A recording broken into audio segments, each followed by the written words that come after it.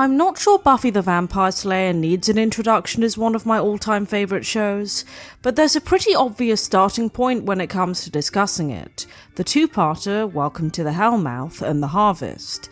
There was also a rather dodgy pilot before this, so let me know if you'd like me to discuss this in the future. I would say that I definitely prefer the show compared to the 1992 film, and I hope I can convey why through this video. So, beyond the staking and cheerleading, are these episodes capable of hooking in new fans almost 3 decades after their release? Let's find out. Without further ado, on with the review.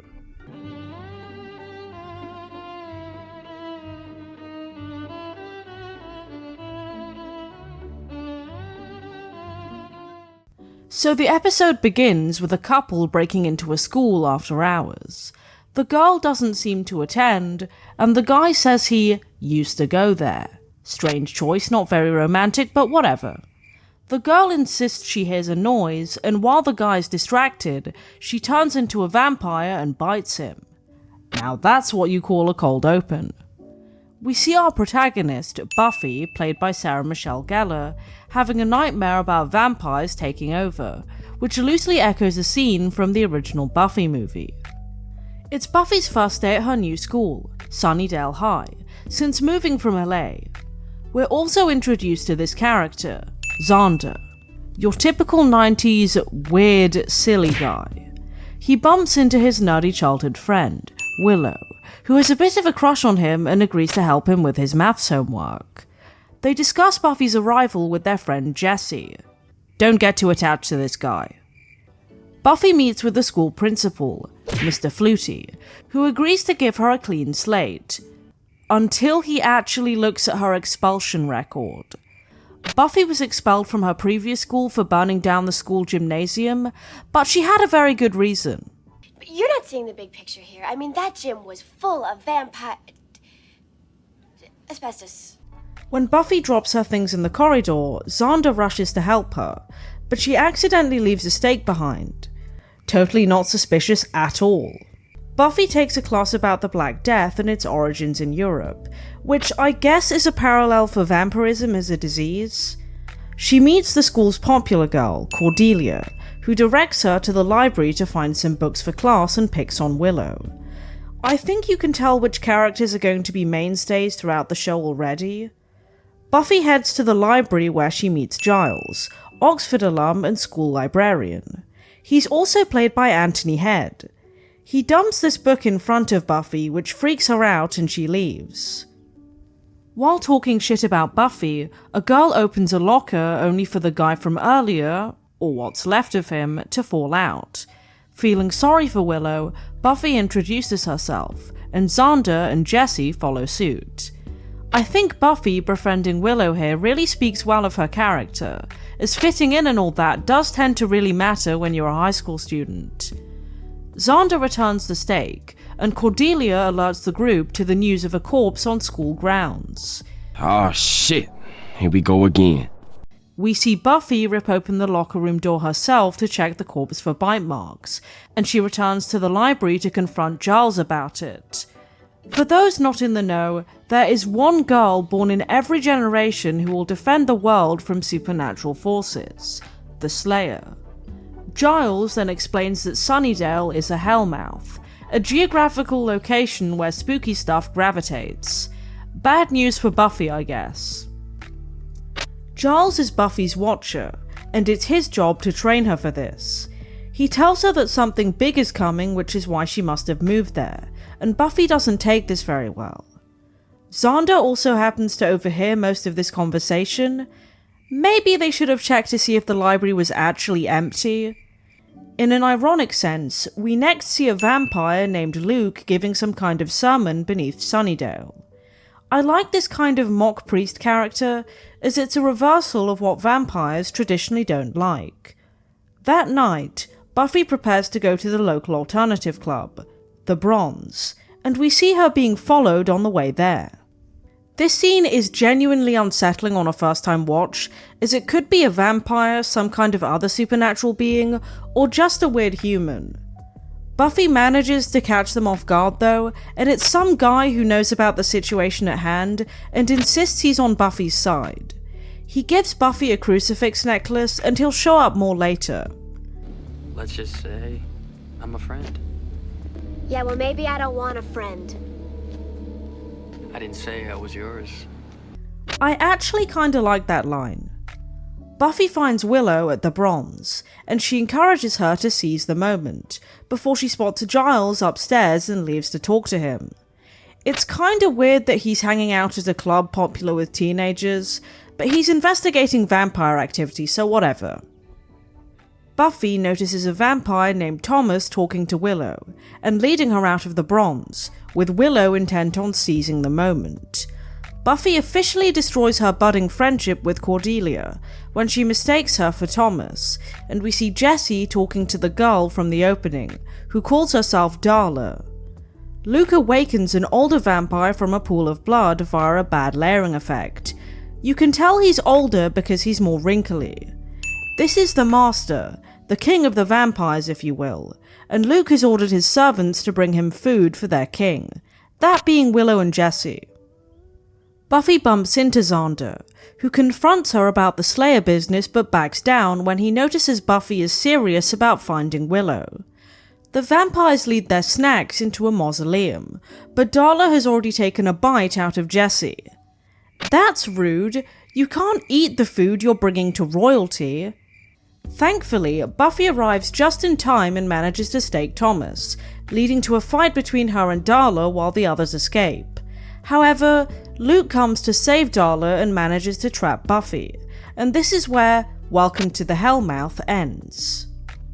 The vampires keep going on about something called the Harvest, this big vampire ritual one night a year where Luke can act as the Master's vessel, sucking power from victims like Willow and Jessie to free their king from his subterranean prison. However, the crucifix necklace manages to scare Luke off before he can bite Buffy, and she manages to escape. Xander, Willow, and Jessie didn't manage to get very far, with Buffy having to save them from more vampires, and Darla already having kidnapped Jessie by the time Buffy arrived. As I said, don't get too attached to that guy. According to this show's canon, before humans took over, demons ruled the earth. The last demon to do so fed off a human and mixed their blood, causing the human to be infected and creating the first vampire. We then see Jessie being taken to the Master, and he is not happy that Darla has already had dinner. My ascension is almost at hand. Pray that when it comes, I'm in a better mood. I would be mad too. However, the Master is interested when Luke mentions a potential Slayer running around. Willow then reveals that she obtained a map of the city illegally, showing a sewer system that runs under the entire city. The girl must have doubled back with Jessie after I got out. God, I'm so mentally challenged. That's an incredibly oddly phrased line.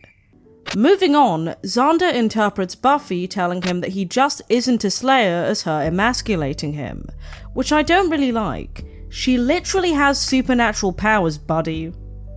Buffy goes to retrieve Jessie.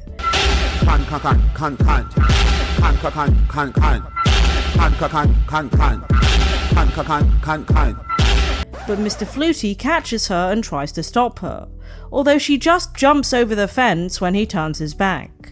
She finds the stalker guy, Angel, at the mausoleum, and he tells her that the harvest will be that night.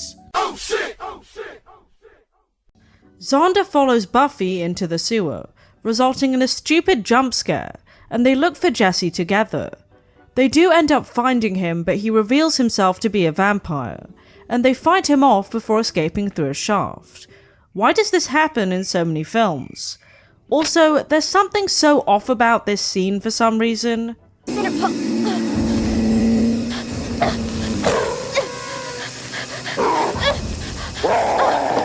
Our protagonists recuperate and conclude that the most likely venue for the harvest would be the Bronze, given its demographic, and we get a slow-mo shot of the vampires bursting in while alternative music plays in the background.